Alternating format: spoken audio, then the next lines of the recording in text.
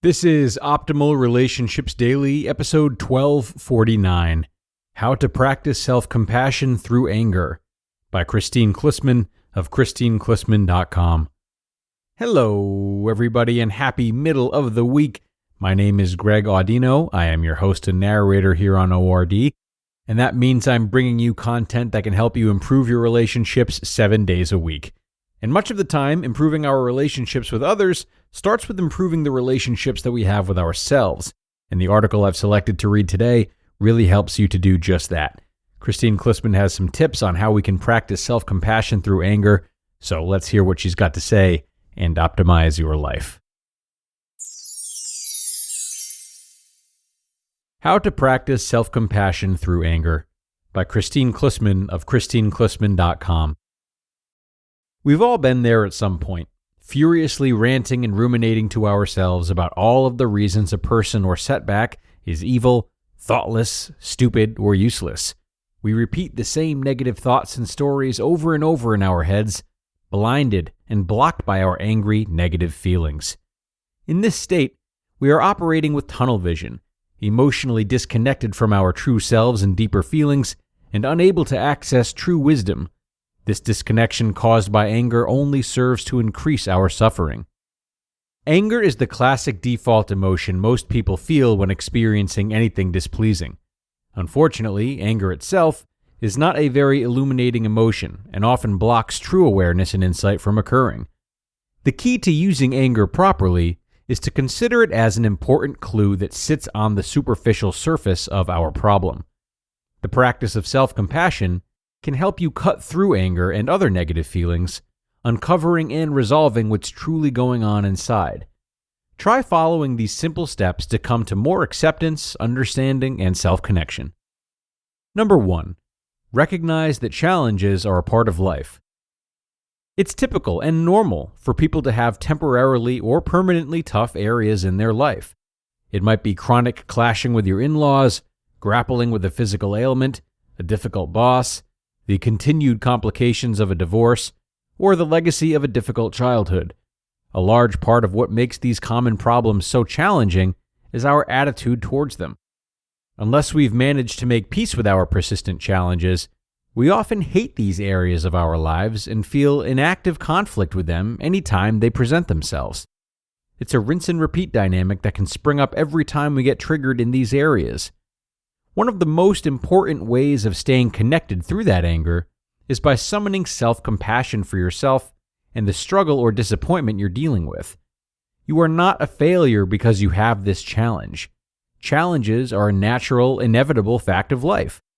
Usually, once you reconnect and regain closeness with yourself, you also experience nearly instantaneous relief from the pain of the anger. It also helps to try to intentionally cultivate compassion for other people involved and the difficult emotional state they are in, regardless of who is right and who is wrong. Imagine the stress and pain of being the object of anger or the cause of anger, and allow yourself to feel compassion for that situation. We've all been there. Stepping outside of battle mode to extend this compassion to yourself and others is the healing balm that can blunt your anger and prevent spiraling into greater disconnection and upset. Number 2, understand that anger is a shield. Anger is a defensive emotion used to inflate our egos, make us feel powerful, and defend against the more vulnerable, tender feelings underneath. Recognizing it as such can help us learn to question our angry internal rants. Usually, it's as simple as asking yourself, what am I really feeling besides anger? Or, I wonder if I'm also feeling hurt or afraid somehow. I find that when I ask my clients these kinds of questions, there is almost always a huge sigh and sense of relief as they spot the true source of the wound. You'll know when you've touched on the right underlying feelings. There is an immediate internal softening, and your formerly iron grip on your point of view will start to relax a little. Often, recognizing the more profound emotion underneath is all that's needed to reconnect to our true selves and for productive conversation and resolution to begin. Number 3, reconnect with what's real. It's easy to stay stuck in the righteous indignation of anger, and in fact, many people make a lifetime habit of this. But unless we question these superficial emotions, we gain very little insight, and we're blocked from processing or moving through the underlying emotions.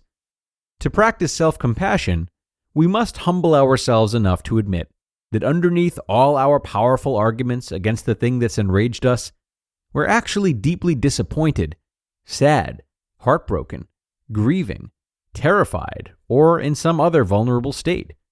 These emotions, concealed by our surface anger, are the more meaningful, poignant ones we can really learn from.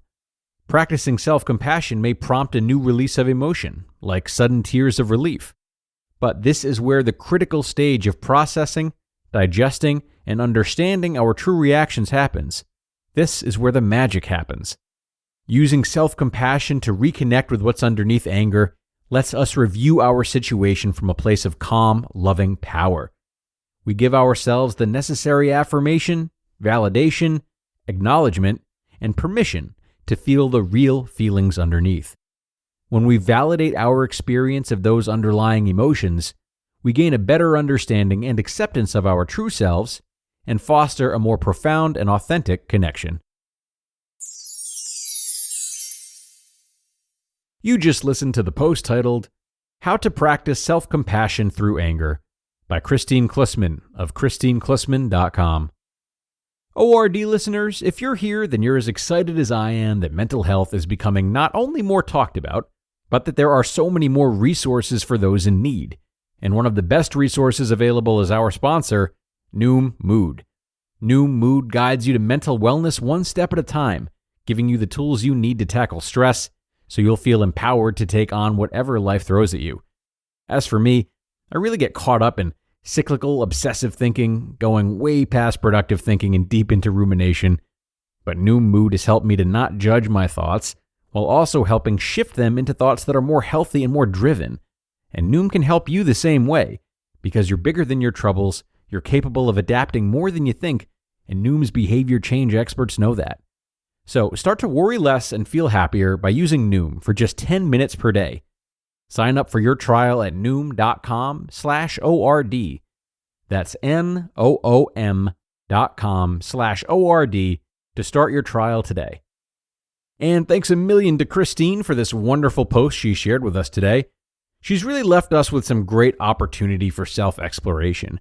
I think there are a lot of exercises you could pull from this one, but one that comes to mind for me based on her third step would be to write down all the things you're angry about, or maybe all the thoughts that are getting in your way, and deliberately try to prove yourself wrong in each one of them. So even if you can only think of one exception to your own idea about the situation, still write it down.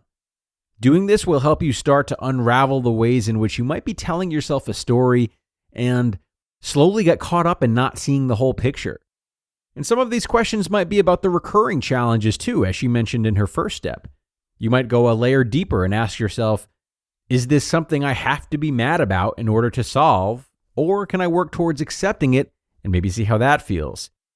I think if you do this long enough, you could find some really amazing takeaways. So, thanks once more to Kristine, and thanks to all of you for being here. We have reached the end, sadly. I hope you enjoyed this one as much as I did, and I hope you come back tomorrow for our Thursday show, where we will start our parenting leg of the week. That's where your optimal life awaits.